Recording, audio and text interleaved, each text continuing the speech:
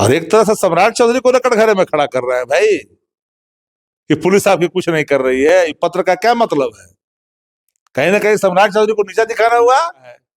Jail bell फिर jail फिर bell फिर काम तो फिर बेल फिर काम खत्म तो फिर जेल। मारे AK-47 फिर AK-47।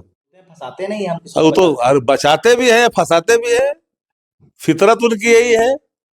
अब बिहार की पुलिस को भी कटघरे में अगर सरकार के लोग खड़ा कर रहे हैं तो समझिए कैसी सरकार बन रहा है। जदयू को ना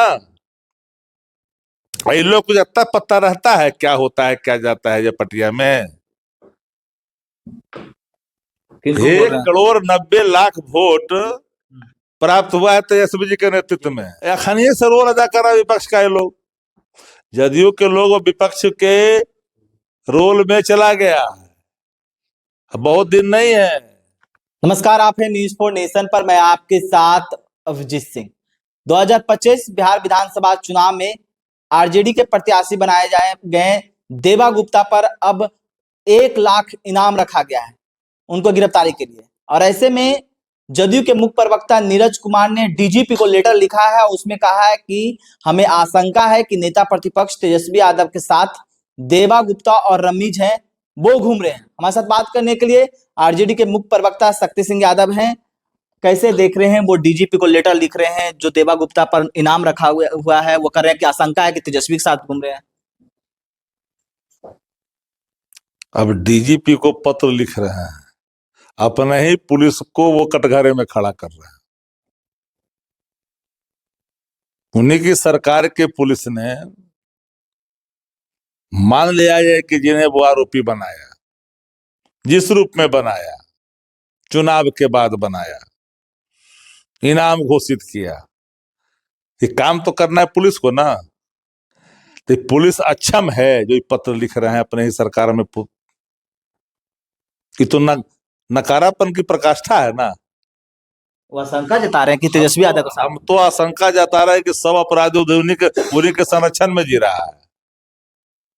क्योंकि पुलिस की इतनी पहरा के बाद वो बाहर कैसे चला गया, यह भी एक सवाल है। अगर हमको तो आशंका के ही छिपाए हुए हैं कहीं, यही संरक्षण दे रहा है। चूंकि इस सरकार में अपराधियों का संरक्षण बड़ा खुल करके होता है। जेल बेल फिर बेल फिर काम तो फिर बेल फिर काम खत्म तो फिर जेल। मारे AK-47 फिर AK-47 फिर जेल फिर बेल फिर जेल। हाय रे केल। इस पर काहे नहीं बोलते हैं भाई? तो बोलते हैं फंसाते नहीं हम। वो तो और बचाते भी है फंसाते भी है, फितरत उनकी यही है। अब बिहार की पुलिस को भी कटघरे में अगर सरकार के लोग खड़ा कर रहे हैं तो समझिए कैसी सरकार बन रहा है, चल रहा है। हिया परेशानी बढ़ा हुआ है दूसरा बात लेकर के कि खरमास के बाद भारतीय जनता पार्टी सरकार बनाना चाह रही है। चिंता यहां बढ़ा हुआ है। कल नितिन नवीन ने साफ कह दिया, बोल न दिए वो, कि बैसाखी पर नहीं चलेगी भाजपा। किसको नसीहत दे रहे थे? वो नसीहत दे रहे थे जदयू को ना। इन लोग को अत्ता पत्ता रहता है क्या होता है क्या जाता है ये पटिया में। 1,90,00,000 वोट प्राप्त हुआ है तेजस्वी जी के नेतृत्व में।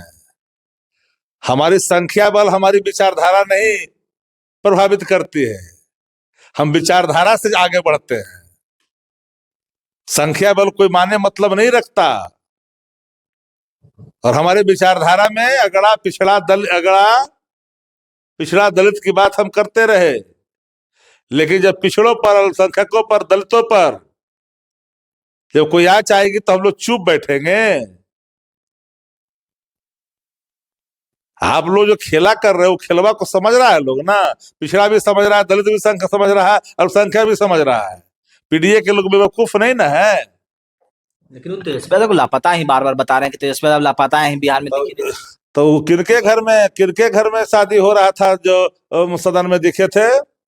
स्पीकर के चुनाव में स्पीकर साहब को बैठा रहे थे तब तो लेटर में लिखे सदन के बाद ही लिख नहीं रहे। हम तो लिख रहे हैं ना। उसके बाद जो कहा उनके मंत्री विधायक कहाँ गए, किन किन अपराधियों को ले गए जरा बताएं।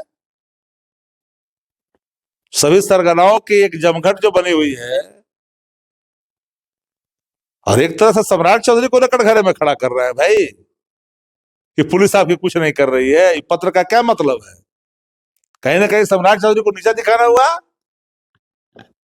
ये बड़ा सवाल है ना। क्या आप नकारे हैं? हमको पत्र लिख करके ध्यान आकृष्ट करना पड़ रहा है। आपने एक बात बोला कि जो नीति नवीन ने बात बोली वो मैसेज दे रहे थे, यानी कि अब जदयू को खत्म करने की तैयारी है बीजेपी का। अखनीय से रोल अदा कर रहा है विपक्ष का। ये लोग जदयू के लोग विपक्ष के रोल में चला गया। अब बहुत दिन नहीं है। अपने पैरों पर खड़ा होने की बात कहा है भाजपा, याद रखिएगा। तो आप सुन रहे थे आरजेडी के मुख्य प्रवक्ता शक्ति सिंह यादव का क्या कुछ कहना था। इस तमाम न्यूज़ के साथ नमस्कार।